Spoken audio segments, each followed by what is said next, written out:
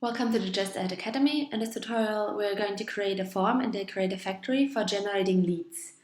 It will include fields for the user to fill in an email address and phone number, a checkbox, as well as a submit function.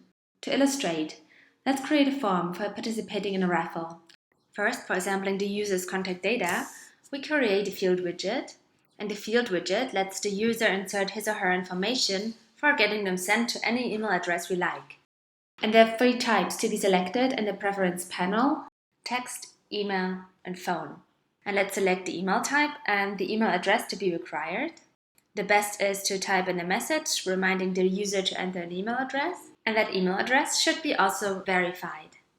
Let's type in a text of the error alert that shall occur in case the user tries to submit a form that has mistakes. And here we formulate the placeholder message, change the color of the text, and the background. In order to ask for the user's phone number, let's just duplicate the email field, knowing that the new widget is identical to the original in its settings. And we make a quick change in choosing the phone type, decide that, let's say, it's not required and doesn't need to be validated. And here we ask for the phone number. On this occasion, why not give the user the opportunity to sign up for a newsletter? And this can be easily done by inserting a checkbox next to a question asking for a subscription. That question will appear in a text widget. And let's type the question in here.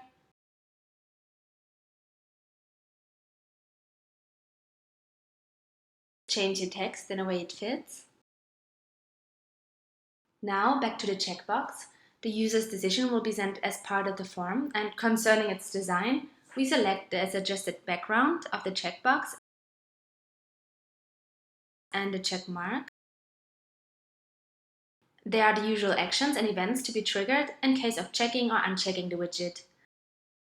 A rather advanced option in terms of navigation is to create a checkbox that serves as a prerequisite for submitting the contact information. In our case, we use such a function for letting the user agree on our terms and conditions.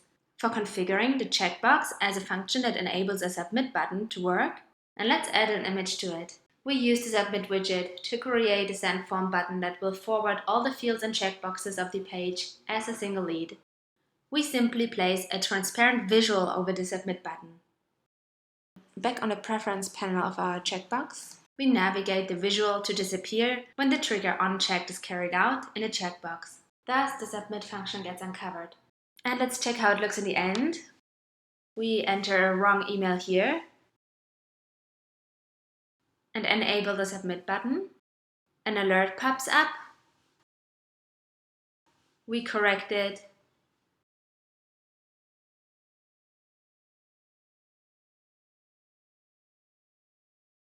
And there it goes. A few important points at the end.